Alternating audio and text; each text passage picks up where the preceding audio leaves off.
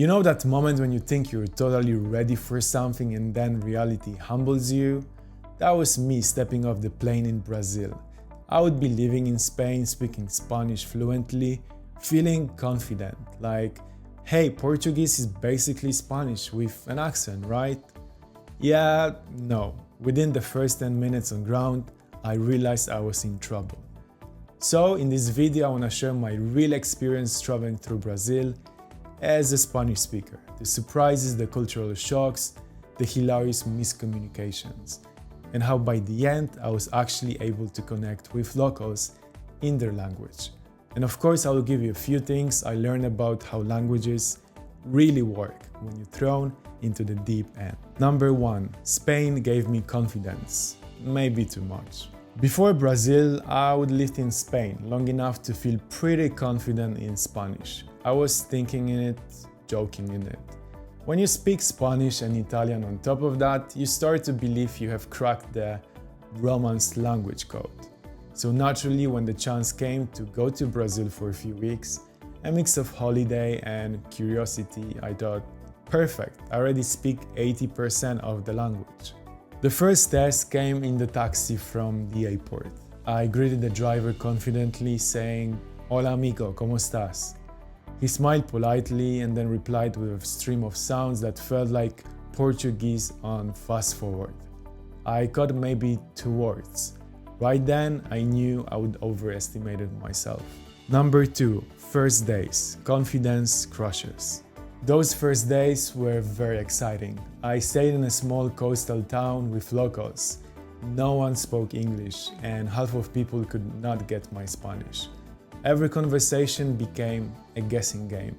I would say something in Spanish, hoping it was close enough, and they would answer in Portuguese, full speed. Sometimes it worked, other times it was just smiles, confusion, and hand gestures. At restaurants, I would order food using what I thought were familiar words. I remember once asking for presunto, thinking it meant ham like in Spanish. The waiter came back with something completely different. Moments like that remind you how language humbles you. But here's the beautiful part. Brazilians were patient, kind, and curious. They loved that I was trying. Every mistake became a laugh. Every laugh became a new word learned. Number 3, the sound of Portuguese. The hardest thing wasn't vocabulary, it was sound. Brazilian Portuguese doesn't hit your ears the way Spanish does. Spanish is sharp and clear. Portuguese is soft, full of these musical waves. At first, it just sounded like background melody to me. But every night, sitting with my host family at dinner, I would listen. I would catch one new word here, one expression there. They would tease me for a Spanish accent, and I would tease them back for speaking too fast. That rhythm, that melody started growing on me. I realized languages aren't just about logic, they're about music.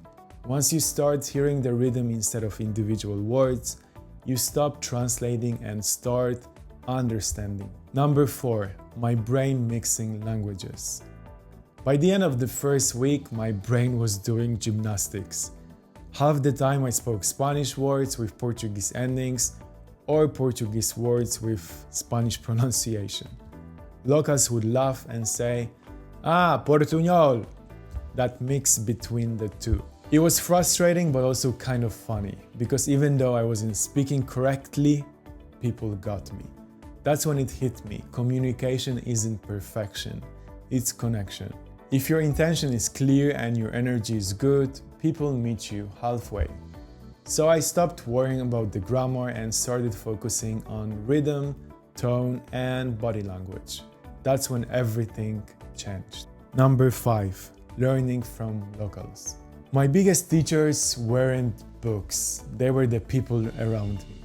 I was staying with a family that barely understood my Spanish, but they loved sharing stories. Every evening after dinner, we would sit outside, drink cachaça, and they would point to objects saying their names in Portuguese. We would turn it into a little game. One day they took me to a neighborhood barbecue. There must have been 30 people there, all talking at once, laughing and dancing. At first I just listened, and then someone handed me a drink and started asking about my origins in full Portuguese. I didn't understand every word, but I caught enough to answer, half in Spanish, half in my best attempt at Portuguese. They cheered to that like I would given a speech. That moment made me realize when you're surrounded by a good energy, you learn way faster. Number 6, the turning point. About halfway through the trip, something clicked. I was walking to the market listening to a podcast in Portuguese on my headphones, and suddenly I understood an entire sentence without translating. It was like my brain finally switched languages. That's the moment every learner lives for.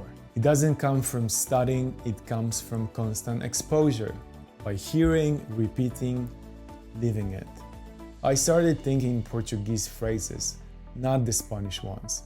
Even simple things like greeting neighbors, bom dia, tudo bem, became automatic.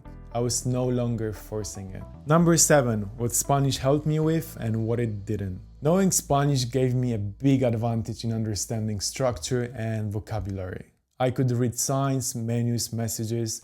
It all made sense visually, but speaking was another word, because pronunciation, expression, and rhythm are completely different. Spanish helped me enter the language, but it also made me overconfident. I kept assuming words would sound the same. They didn't. So I had to unlearn some Spanish habits to make space for Portuguese ones. Number 8, what I learned about learning. Looking back, that trip taught me more about language learning than any book ever could. First, immersion doesn't have to be perfect. You can understand so much just by observing, by listening actively. Second, do not be afraid to sound ridiculous. The more you risk mistakes, the faster you grow. And third, learning isn't just about words, it's about people. Once you care about the people, you care about their language. By the last week in Brazil, I wasn't fluent, but I could actually hold real conversations, laugh, tell stories, and connect. That meant more than any grammar rule. Number 9, coming home. When I flew back home, something strange happened. I caught myself saying obrigado instead of gracias and tudo bom instead of todo bien. Portuguese had stuck to me. The sounds, the expressions, even the rhythm. That trip didn't just add the language to my list. It changed how I understood communication itself. Because it taught me that languages aren't barriers, they are bridges. And sometimes the bridge is shaky, made of mixed up words and broken sentences, but it still gets you across. Number 10, final thoughts. So if you speak Spanish and you have ever thought about learning Portuguese, do it. Go to Brazil if you can, or just dive into the culture from home. Do not aim for perfection, aim for connection, because once you stop worrying about sounding right, you start sounding real. And who knows, maybe one day you will find yourself at the barbecue in Brazil, surrounded by laughter, realizing you're no longer translating. You're just living the language. If you like this story, drop a comment. Maybe tell me which languages you have mixed up before. And do not forget to like, subscribe, and I will see you in the next one.